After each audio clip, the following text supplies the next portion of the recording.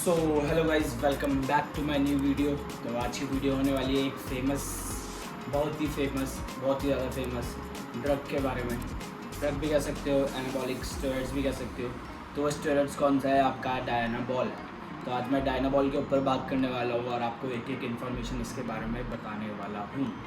और एक और आपको एक स्टोरी भी शेयर करूँगा जो मेरी किसी क्लाइंट के साथ ये हुआ है। तो उसने क्या फेस किया था, उसकी सिचुएशन भी आपको इस वीडियो में मैं बताऊंगा। तो वीडियो को पूरी देखना, लाइक करना, शेयर करना, सब्सक्राइब करना और इस वीडियो से कुछ सीख के ही जाना। अगर आप बिगिनर हो, अगर आपको कोई रिकमेंड कर रहा है कि डायनाबॉल यूज़ करो, तो पहले ये वीडियो देख लेना, फिर इसके बाद डायनाबॉल यूज़ करना। Thank you. सो ये जो डायनाबॉल है, ये इसका ट्रेड नेम है। तो डायनाबॉल के नाम से काफ़ी फेमस है। तो ये जो इस ड्रग का नाम है, इस ड्रग का नाम है मिथाइलड्रोस्टिरोन। तो डायनाबॉल आज भी और बहुत पुराने टाइम से बहुत ही फेमस स्टेरॉइड्स है। तो ये ओरल फॉर्म में लिया जाता है। और तो इसको क्यों यूज़ करते हैं? परफॉर्मेंस इन्हेंस करने के लिए, अपनी फिज़िक को अच्छा बिल्ड करने के लिए। तो सबसे पहले अब मैं आपको डायनाबॉल की हिस्ट्री बताता हूँ।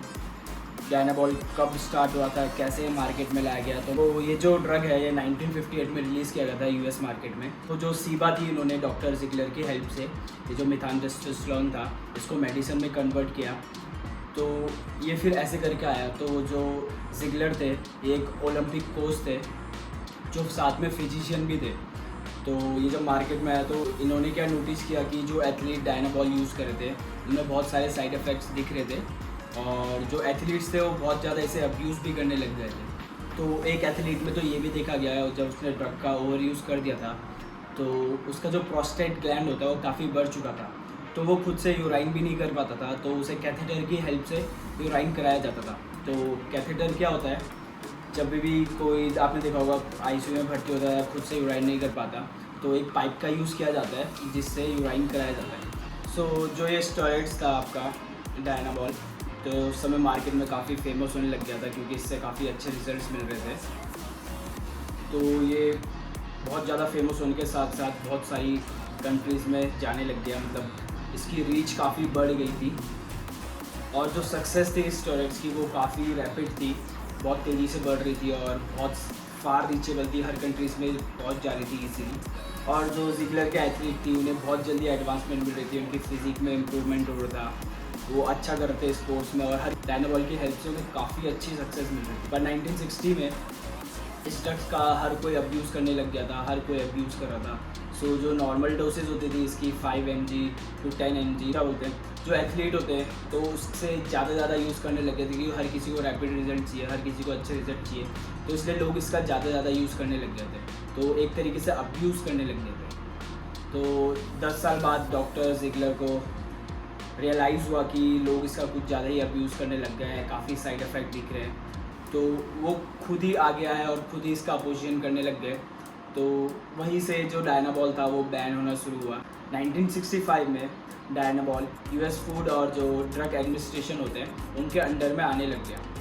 उसी साल एफडीए ने सीबा से रिक्वेस्ट की कि अब जो ये डायनाबॉल है ये सिर्फ मेडिकल पर्पज़ के लिए यूज़ किया जाएगा। जैसे जिनकी वीकर बोन्स होती है, जो एट्रोफी मोड में जा रहे होते हैं, जिनका मसल मास कम हो रहा रहता है क्योंकि कोई डिजीज़ होती है, तो ये उस पर्पज़ के लिए यूज़ किया जाएगा। कोई भी जो कॉमन मैन है, जो हेल्दी मैन है, उसके लिए ये यूज़ नहीं किया जाएगा।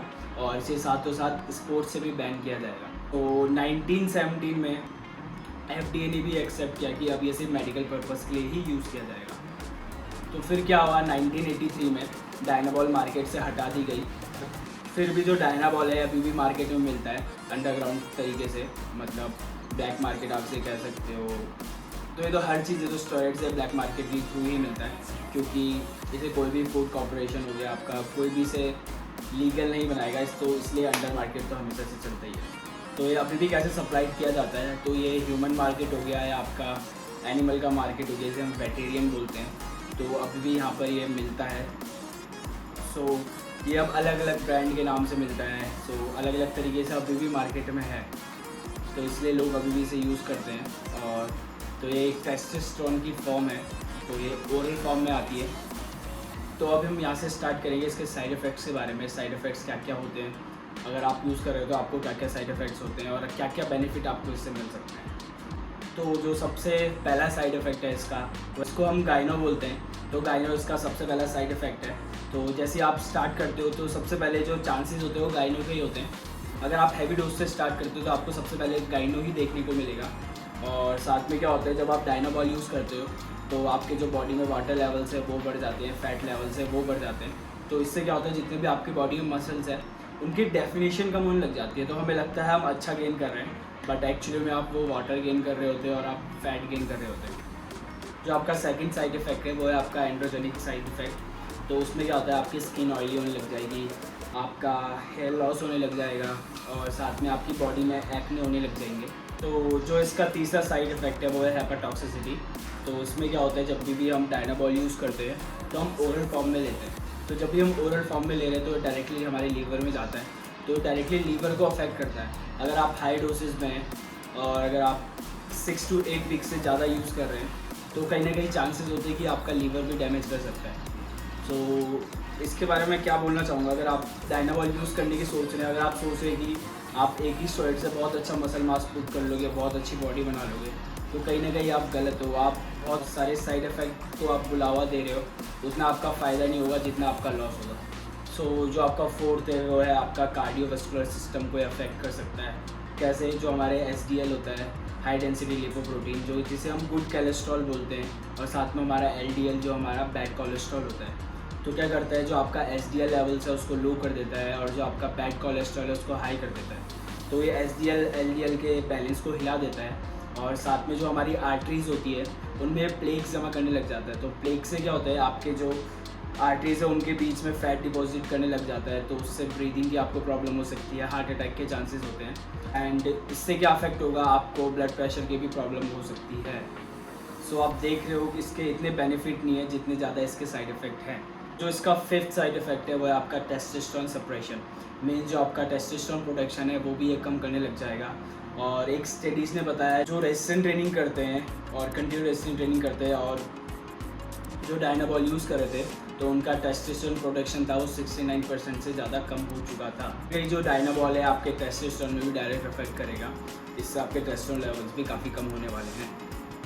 तो अगर आप सोच रहे हो टेस्टोस्टेरोन लेने की, या अगर आपका कोई दोस्त गाइड कर रहा है, कोई आपका कोच गाइड कर रहा है, आपको बोल रहा है कि डायनाबॉल ले लो, इससे आपकी अच्छी फिजिक बन जाएगी, तो बिल्कुल अवॉइड करना। इतना कुछ इफेक्ट वो आपको देने नहीं वाली जितना ज़्यादा वो आपको साइड इफ़ेक्ट देने वाली है। सो अब मैं अपने दोस्त की स्टोरी सुनाऊंगा, या आप उसे मेरा क्लाइंट भी बोल सकते हो। तो उसके साथ क्या होता, वो 12th में रहा होगा, तो मतलब बिगिनर ही था, उसमें स्टार्ट करना था जिम। तो किसी ने उसे सजेस्ट किया कि डायनाबॉल यूज़ कर। सो होता है कि आपको किसी की बॉडी दिख रही है, अगर वो आपको रिकमेंड कर रहा है कि डायनाबॉल यूज़ कर, मेरी भी इससे बॉडी बनी, तो आप भी वो चीज़ ले लोगे बिना सोचे समझे, आप क्योंकि आप उसमें ट्रस्ट कर रहे हो। बट ऐसे किसी को ट्रस्ट नहीं करना। तो फिर उसके साथ क्या हुआ ये मैं आपको बताता हूँ। सो उसने यूज़ किया, नॉर्मल डोसेज उसने ली, तो उसे पता नहीं था डोसेज कितनी लेनी, कब स्टॉप करना होता है। तो उसने ली होगी, तो उसे बॉडी में एक्ने हुए, तो बहुत ही भयंकर एक्ने थे। तो जो आप थंबनेल में फ़ोटो देख रहे हो वो इसकी है। तो आज उसे 4 साल हो चुके हैं डायनाबॉल लिए हुए, आज तक उसके एक्ने कभी सही नहीं हुए। तो मतलब फिज़िक उसकी अच्छी है, बट वो अपनी फिज़िक किसी को शो नहीं कर सकता, क्योंकि उसकी बैक में इतने सारे एक्ने कि वो उस चीज़ से परेशान है। और उस डर्मा के पास दिखा दिया, सारे डॉक्टर से कंसल्ट कर लिया, अच्छे से अच्छी दवाई यूज़ कर ली, पर उसके आज तक स्किन से एक्ने नहीं गए। तो उस चीज़ को लेके कहीं ना कहीं अभी परेशान है। कॉन्फिडेंस लेवल थोड़ा सा डाउन हो जाता है अगर आपकी बॉडी के साथ कुछ हो जाए। तो इसलिए कभी भी आप सोच हो तो बहुत चीज़ों का ध्यान रखना। गायनो हो सकता है, स्किन में एक्ने हो सकते हैं, आपके बाल झड़ सकते हैं। तो अगर ये सब चीज़ें होगी तो आपकी ब्यूटी तो वैसी ख़राब होगी, तो ऐसी बॉडी बना के आप क्या करोगे। सो एक और दोस्त था, उसने भी डायनाबॉल यूज़ किया था बहुत पहले, तो उसे 2 प्रॉब्लम एक साथ हुई थी। तो पहली प्रॉब्लम थी उसके लीवर में, तो उसके लीवर में दिक्कत आई, तो मतलब उसका ऐसी दिक्कत आई कि वो बाहर का खाना भी नहीं खा पा रहा था, जो उसे फास्ट फूड पसंद था वो नहीं खा पा रहा था। तो एकदम डॉक्टर ने उसे रिकमेंड किया कि भाई अब तो बॉयल फूड खाना स्टार्ट कर दे, और साथ में बाल भी झड़ गए। तो कुछ फ़ायदा हुआ है बता, इससे बढ़िया नेचुरल चलो। टाइम लगता है, बट एक बार आप फिज़िक बना लोगे तो फिज़िक आपके साथ बहुत लंबे टाइम तक रहती है। और ऐसा भी नहीं है कि वो फिज़िक आपकी गिर जाएगी। नेचुरल जो आपने एक बार बना लिया ना, वो कहीं नहीं जाने वाला है। तो गाइस स्टे नेचुरल, सेफ रहोगे, अच्छा चलोगे, तो स्टेप बाय स्टेप चलो। टाइम लगेगा पर कोई बात नहीं, ये टाइम का ही गेम है। अच्छी फिज़िक टाइम के साथ बनती है। शॉर्टकट में जाओगे तो कहीं ना कहीं गिरोगे और अपनी बॉडी के साथ खिलवाड़ करोगे। तो अगर आपको ये वीडियो पसंद आई तो लाइक शेयर और ज़्यादा से ज़्यादा सब्सक्राइब करना, ज़्यादा से ज़्यादा शेयर करना। Thank you guys.